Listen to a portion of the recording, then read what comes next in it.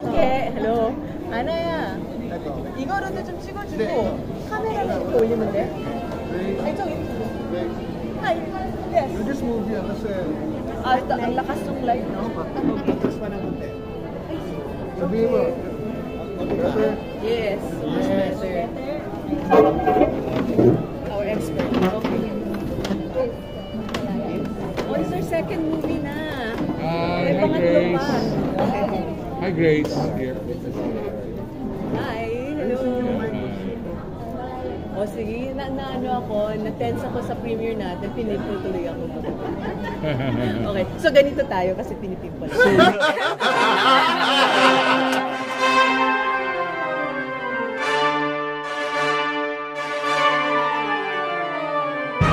You are going to distribute this film? Yes. Ganun ba? So etong pangalawang movie na po natin ito, True Glimmer, na ipapalabas sa mga sinehan dito sa Pilipinas. At natutuwa ako, #1 na naman ang movie natin. So, yung round 2 na kauna-unahang Korean movie na pinalabas namin sa sinehan dito sa Pilipinas noong 2022 was #1 for the longest time, about 3 months in Korea. And then The Hunt naman, na pinagbibidahan ng, of course, Squid Games. Bida ng Squid Games. Is also now #1 in Korea. And napakataas din ng rating niya. So we're also expecting this to be a #1 Korean movie in Korea for just as long as the Roundup movie or lagpasan pa. Alam ko na kilalang-kilala kasi si Lee Jong-jae ngayon dahil sa Squid Games, right? Pero nalulungkot ako na hindi nyo kilala si Chong Woo-sung. Siya yung crush ko eh. Si Chong Woo-sung. Actually, si Chong Woo-sung is kind of the Brad Pitt of Korea. So, grade school pa lang ako, sikat na yan si Chong Woo-sung. So, always the guwapo, always the good actor in Korea. At si Chong Woo-sung is a movie star talaga siya. Hindi siya nag-TV series, kaya hindi siya masyadong kilala sa mga non-Korean audience. Pero Chong Woo-sung, please, I introduce my crush. Sabi nga ng nanay ko, pag hindi ka pa nag-asawa ng 40, ligawan mo na si Chong Woo-sung. Magpo-40 na ako this year. Sabi ko, eto na, ang first step. Papalabas ko na yung movie ni Chong Woo-sung. Malay nyo, ma-meet ko na siya, di ba? But you haven't met yung mga actors na... For this movie, not yet. Yes. Unfortunately, I was supposed to fly to Korea, but because the cases started going up here and also in Korea, I decided not to go anymore. In fact, in Korea, nakaroon din ng mga press con where I was invited, but I opted not to go for the safety of my staff. And also, ayoko rin kasi baka mag-positive ako sa Korea at matali ako doon, mahirap na. So, I'm going to Korea actually next month pa. And maybe we'll have a celebratory event. Hopefully, I pray na I'll get an opportunity to meet and greet with the actors. Pero yung susunod naman na movie na ipapalabas namin dito sa Pilipinas, and I'm confident na magiging #1 na naman ito worldwide, not only in Korea, dadali namin dito sa premiere ang mga actors. Wow. And all of you, of course, will be invited, di ba, Ma'am Shirley? What's the title of the third movie? Yes. What's the I title? cannot disclose it. I cannot disclose it yet eh. Pero pag na-sign na namin yung kontrata kasi we're still negotiating eh. Ang mahal ng mga actors para dalhin dito. But we're negotiating. So if we sign it in time, I will immediately release it to all of you first. So you're going back and forth sa Korea for your business? Opo. Pero okay. matagal na po ako dito nakatira. Oh, Pero it's only in the past 4 years, kasama na po yung pandemic doon. Siyempre nung pandemic, hindi na po ako nakaalis. Pero mga 2 years before the pandemic lang po ako nagsimula, pabalik-balik sa Korea because of my company Glimmer, which is basically distribution and production company that works with Korean production companies. Paano nagsimula yung ganong business? After yung TV stint mo dito sa Philippines? Dito po sa? The Philippines, yung pagiging TV host mo. Actually, aksidente lang po talaga na nagsimula ako sa negosyo, lalo na itong Glimmer, dahil marami po ako mga kaibigan na kakilala sa Korea na gusto mag-shoot dito, gustong gumawa ng proyekto dito, kaya lang hindi nila masyadong kilala yung market, wala silang kilala na tao. So they would come to me and ask requests. So what I did is, instead of always doing favors, I set up a company to legitimize the work. And I'm very happy because Korea is always looking at working with the Philippines. Koreans love Philippines. Koreans love the Filipino people. They're always looking for opportunities kasi to work here. Kaya punong-puno rin yung calendar ng Glimmer this year and even until second quarter of next year because they really love our country. And also because I want Philippines to be one of the first, if not the first, Southeast Asian country to have the best and the closest working relationship with Korea through Glimmer. Actually, in fact, etong susunod na movie project naman na dadalhin natin dito yung mga main actors to promote the movie, it will be the first time in Southeast Asia na mangyayari ito kasi never umiikot ang Korean actors sa Southeast Asian countries to promote a movie. They do it in China, Hong Kong, or Japan, pero never in Southeast Asia. So when it happens this year in the Philippines, we'll be the first in Southeast Asia. Grace, when you put up Glimmer, no, Opo. your target goal was to be the number one distributor of Korean films in the Philippines. Korean content, not just films. Korean content. Content. So, film, series, reality shows. I know that if you are a big fan of Korean content, I'm sure umabot na kayo sa reality show. Ganun yan eh. Simula kayo sa, di ba, drama, and then K-pop, and then movie, tapos reality show is like the ultimate show of you being a K-drama or K-content fan. Parang Running Man. Mga running mga ganyan. So, we're trying to do all of that, but at the same time, hindi lang yung one way, hindi lang yung kami lang yung nag-import at ipapalabas namin dito yung Korean content, but it has to be two-way. Meaning, we also want to create content together with Korean production and make an upgraded, a really international standard Korean, Filipino content na pwede naman natin i-export pabalik sa Korea and internationally also. So that is the ultimate goal of Glimmer. So you want to become a live producer? Yes, we're doing it already now. So we have two projects lined up for first quarter of next year. Is it a production between Filipinos and Korea? Yes, we've already done one. But I cannot name it again. So, Ms. Shirley, pag nag-go na ang malaking kumpanya na yan at sabihin sa akin, pwede mo nang pag-usapan, I will release it. But we've already done it. 3 months nag-shoot dito. And we hired about 200 behind-the-camera Filipino talents and about 30 plus on-cam Filipino talents. And this will be shown internationally. May malaking, But it's a Korean production. may malaking artista. Yes, some of them are big, some of them not well known, but I hope through this opportunity, they will become big. Would they sign a waiver na hindi sila pwedeng magsalita about the project? Hindi pa eh. They're strict eh. Anyway, let's talk about Hunt. It's still showing in Korea yung Hunt. Yes, so we are, through Glimmer, our company, we're able to release Korean movies almost simultaneously with Korea. Okay? So Hunt is also showing right now in the movie theaters in Korea. Hindi katulad ng dati na tapos na by pirated na, doon pa lang lumalabas. No, now we're doing it simultaneously. And this has never been done in the Philippines, so we're doing it. So we're very proud to do that. And the reason why Glimmer is able to do that is because there is trust between Glimmer and the Korean licensing companies. Anong reception ng tao sa Cannes doon sa Hunt? Po? Yung reception ng tao sa Cannes Film Festival, di ba out of competition? Yes, so they were very well received and standing ovation ang Hunt. And I'm very happy to bring this movie because Lee Jung-jae, who has been very famous, even when I was in grade school, Lee Jung-jae was famous na eh. Ngayon na siya sumikat abroad dahil sa Squid Games, but you know, he's been famous forever, right? So, and ngayon lang kasi siya naging director. So this is his debut film as a director. And best friend niya kasi si Chong Woo-sung. They have been best friends for decades. And they've worked together many, many times. But for me, this is the epitome of their working relations. Mamaya makikita niya sa movie.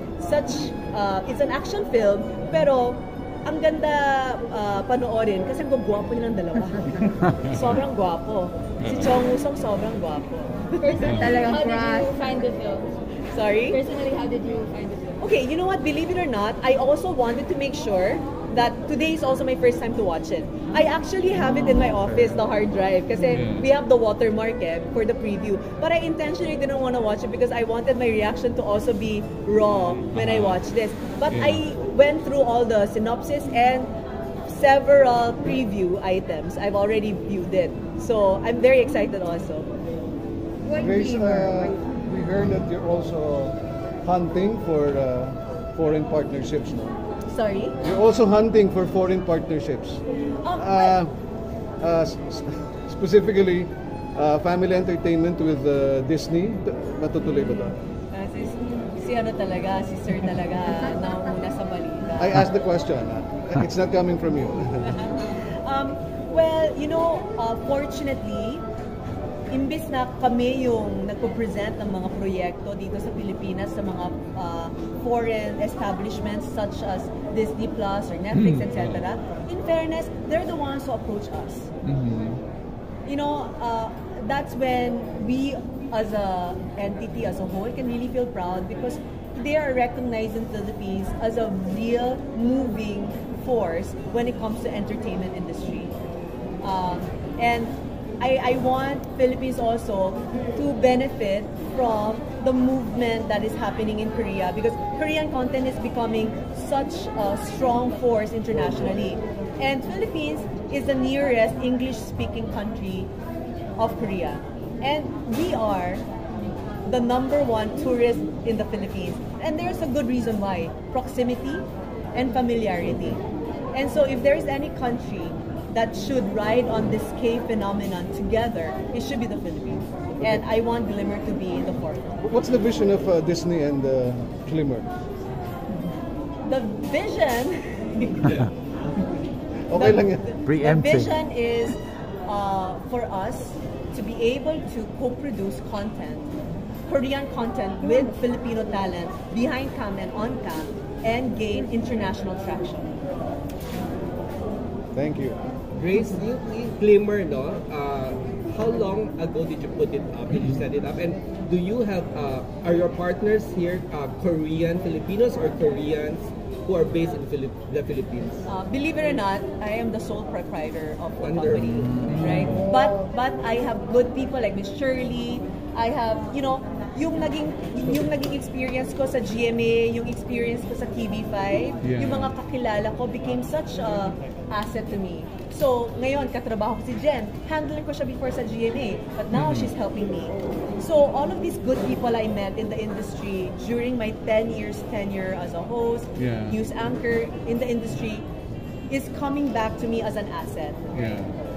So, I'm thankful for that. So your hands are full. Yes. So I need all the help I can get. And if the opportunity arises in the future, because you've been dealing with all these principals in Korea, if the opportunity arises in the future that they offer you to be on cam in a movie or in a project, would you be very open, you know, to that possibility? Actually, there's been an offer for me to do like mga cameo roles, right? Pero kailangan ko pumayat kasi ang papayat ng mga actors ng mga Koreans, di ba? They're like butot balat, right? So nahihiya naman ako sa kanila. Oo, sabi ko parang kung dito, they tell me, oh, you're thin, ganyan. Pero doon, medyo may pagka-chubby pala ako, di ba? So, medyo may pressure.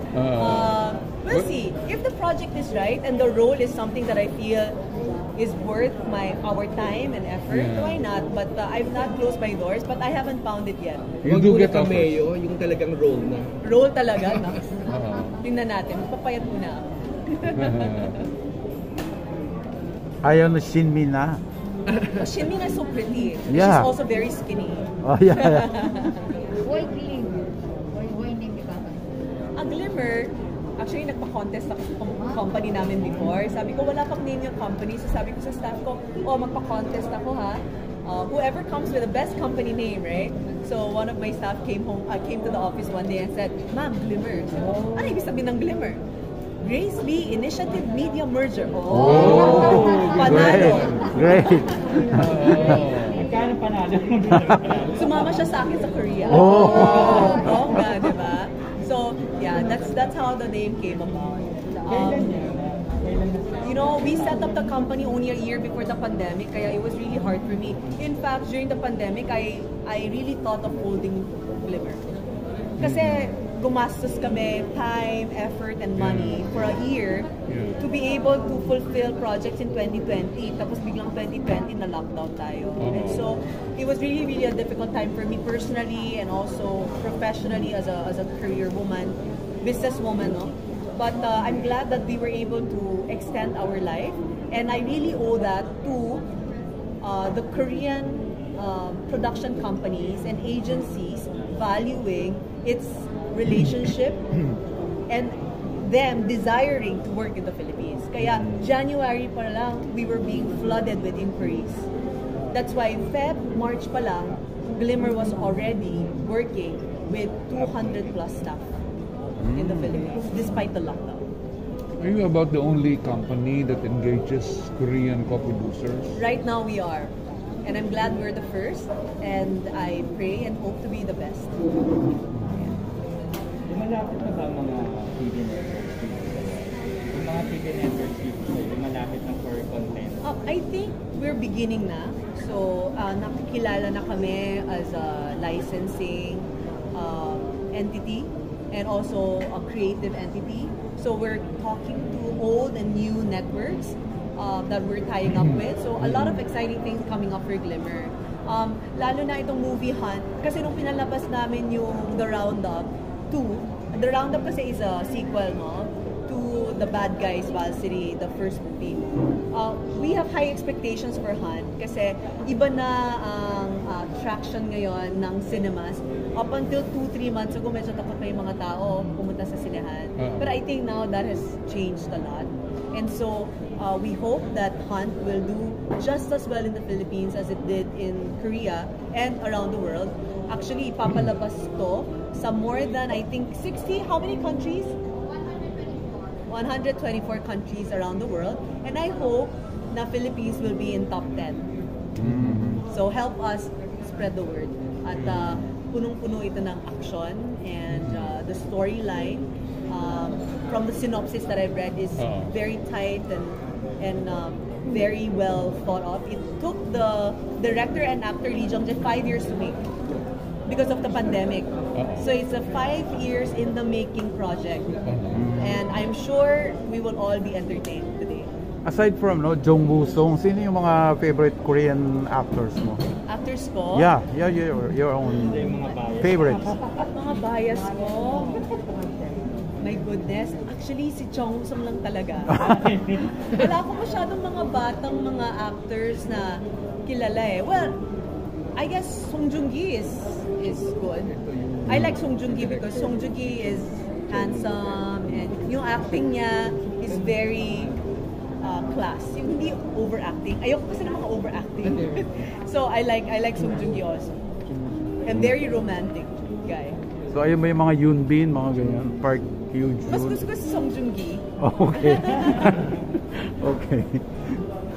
Grace, anong glimmer of romance mo?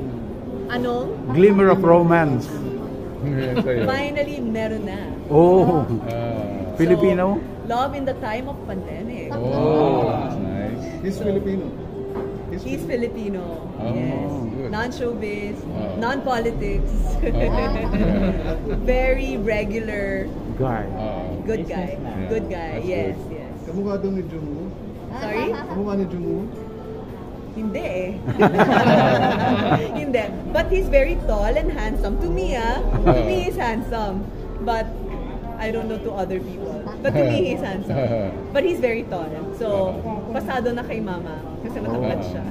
Why did you Discovered choose? each other during the pandemic. Yes. How? Kasi nung pandemic, di ba, marami halos lahat ng mga restaurants sarado, right? So, we couldn't go out. So, ang ginagawa namin nung time na yun, pag medyo level 2 na, we would invite our friends to someone's house. Tapos doon na kami magluluto and get together, right? And doon sa mga isang house gatherings na yon, na-meet ko siya.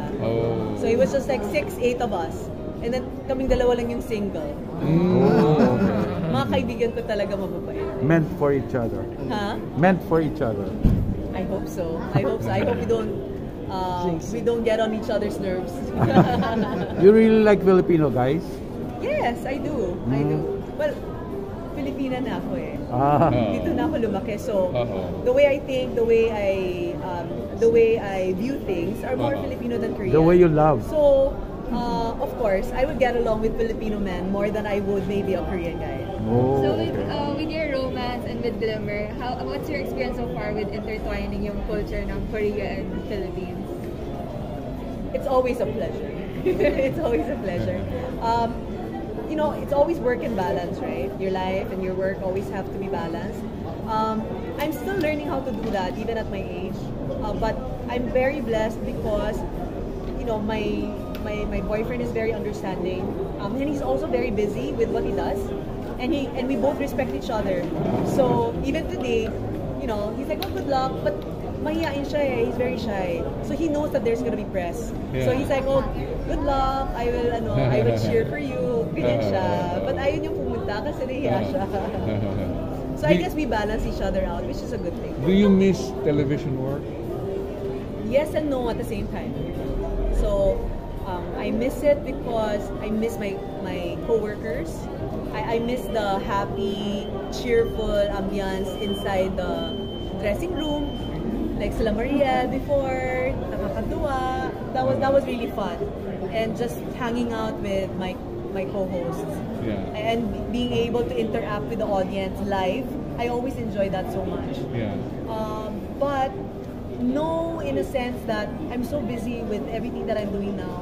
And I really think I'm in the next chapter of my life where this is also my calling. I'm also connecting Korea and the Philippines in another manner. I don't necessarily have to be on cam to do that. And so, and yes and no. Sino yung mga dati mo kasama na namimiss mo? Na? Na namimiss mo? Sila Mariel. Mariel, okay. Mariel, Camille, Shalani. Although we still see each other regularly. Okay. Kaya lang, wala this year. Laging hindi natutuloy yung dinner namin or lunch namin kasi laging isa sa amin nagpo-positive.